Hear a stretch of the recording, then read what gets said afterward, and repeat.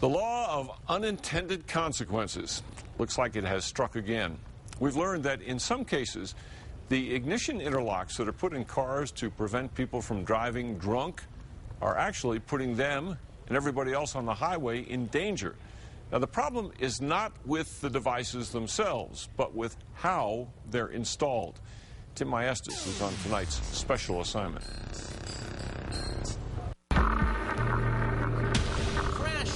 Crash after crash, and a long list of victims in New Mexico's battle with DWI. A long list of drunk drivers, too. Devices like these are supposed to keep DWI offenders in check.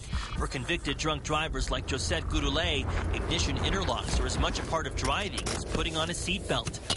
I had 4 DUIs, and therefore I think it was a safer bet to have an interlock installed in my vehicle. For any alcoholics, for anyone who has an alcoholic in their family, for anyone whose child is going away to college 100,000 miles away and you need to make sure that they're going to keep the road safe, I strongly recommend it. Interlocks are designed to keep a car from starting if a driver blows into the device with a breath alcohol level above a certain limit. For Josette, there was a problem. She says faulty installation of her ignition interlock turned her car into another danger on the highway. Normally it's right here in this area. She had to give it up because of too many repair bills. Here's the proof from my mechanic that it was damage to vehicle was due to interlock miswired into ignition control module. In the last 2 years, I've probably seen a dozen cases. Josette's mechanic tells us improperly installed interlock devices can cause severe damage to vehicles, and that can put the user and other drivers in danger. I have had a case where they had their interlock installed, vehicle was running perfect, they drove it out of there, they were gone no more than 30 minutes, and the vehicle stalled on the freeway. It would just randomly shut off.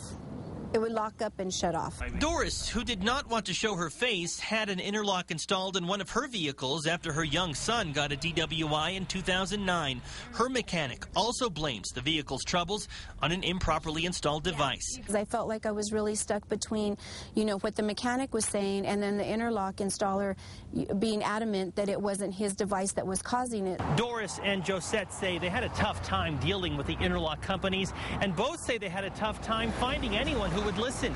We went to the State Department of Transportation's Traffic Safety Bureau, which oversees ignition interlocks in New Mexico.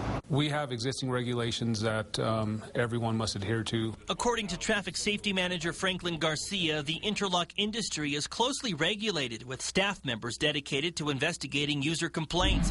Service providers and installers are licensed and certified yearly. Have you been made aware of problems with improperly installed devices?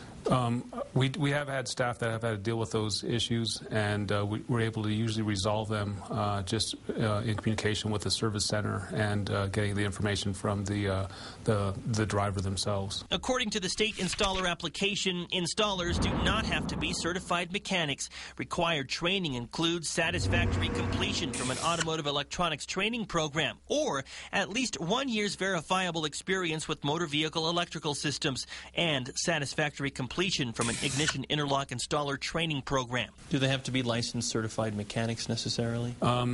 We do require there's some background that we would look at to see if they do have some mechanical or some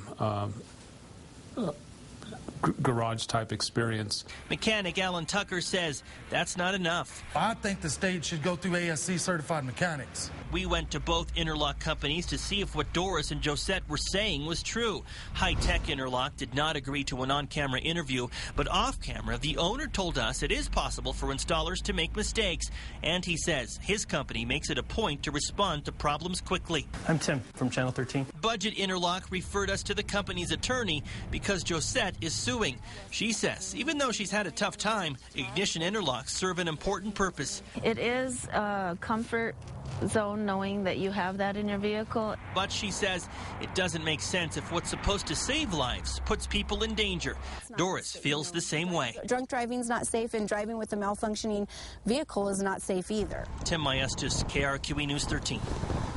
Okay, the people up at the State Traffic Bureau say they were not aware of the complaints from Doris and Josette, who you just saw in that story. But there is a hotline for people who have ignition interlock problems that they can call. It is 800-541-7945.